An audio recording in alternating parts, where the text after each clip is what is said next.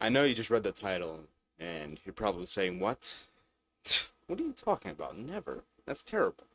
And you are right that it's terrible. But what a lot of people don't understand is that the people who ended up doing these things said the same thing you just said. Same thing. They said the same exact thing. Now, I'm going to give an example to start. Usually I give the example at the end, but I think I have to give the example at the start for this. So pay attention to this example.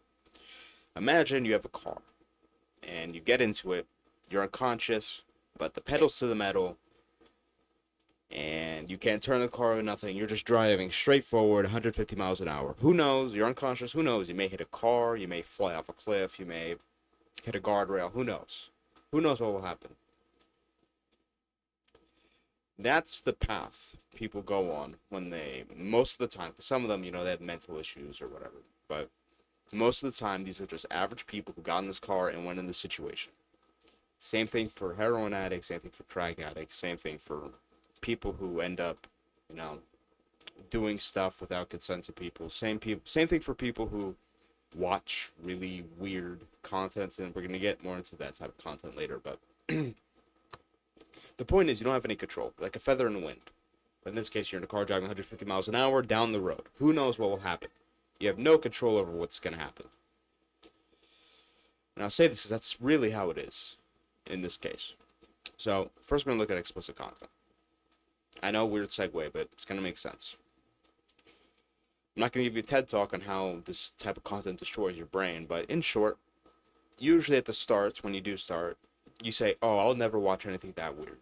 It's just like you go on to the internet, like, "Woo, boobies," and you're like, "Wow, whoa, whoa, whoa, whoa, whoa, whoa." It's not weird. It's not weird. It's just regular stuff, right? But then, slowly, because of how our brain works, we don't get satisfied with the same thing over and over and over again. We need new, novel stimulus. When it comes to addiction, we need novel stimulus. It's the same thing with drug addicts when they start with something, whatever.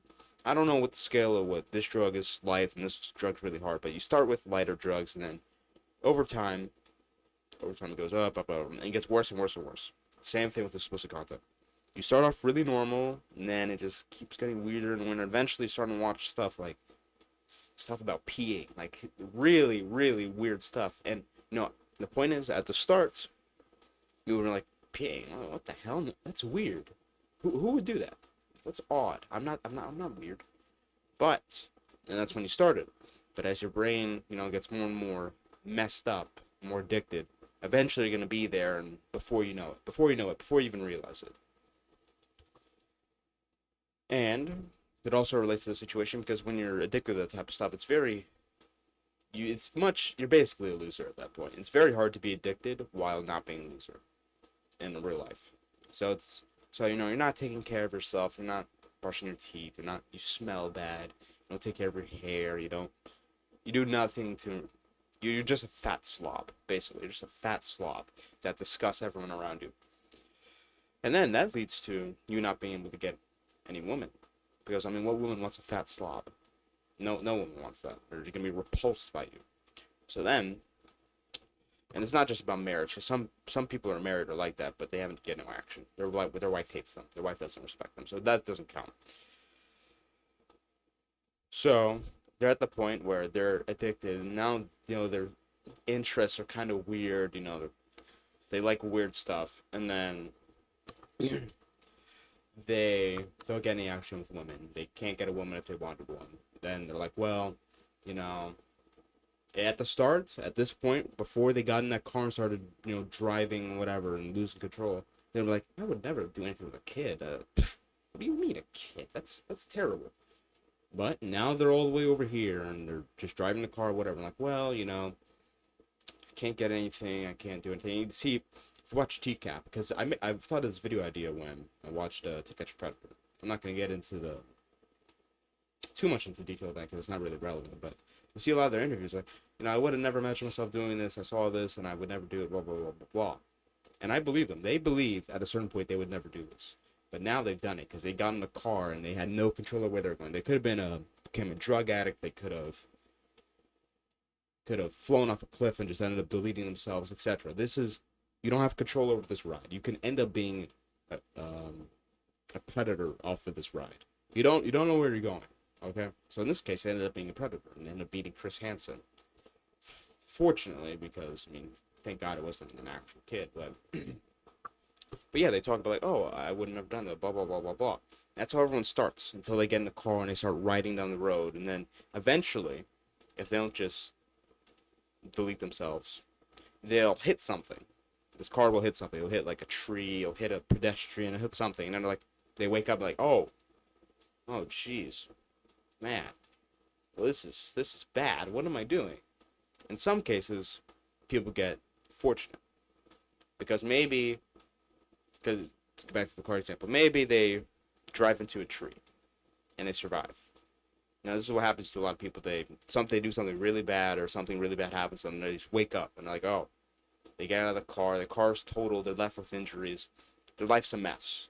The car's like the life. It's a mess. And you're like, well, I'm still alive. I'm not dead. I'm not gonna go to jail for the rest of my life. I can improve my life from here. That's what happens to some people. And some people, they drive off the cliff.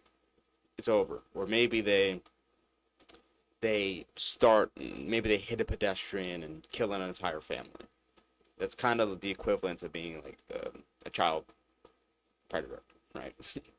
Jesus, I hate using those words, but that's basically the equivalent. You do it and you wake up like, oh, gee, like they see Chris Hansen and then they realize they're going to jail. Like you see like the look of like, oh, I've ruined my life. Like I shouldn't have done this. You see the look on their face. That's when they woke up from the car.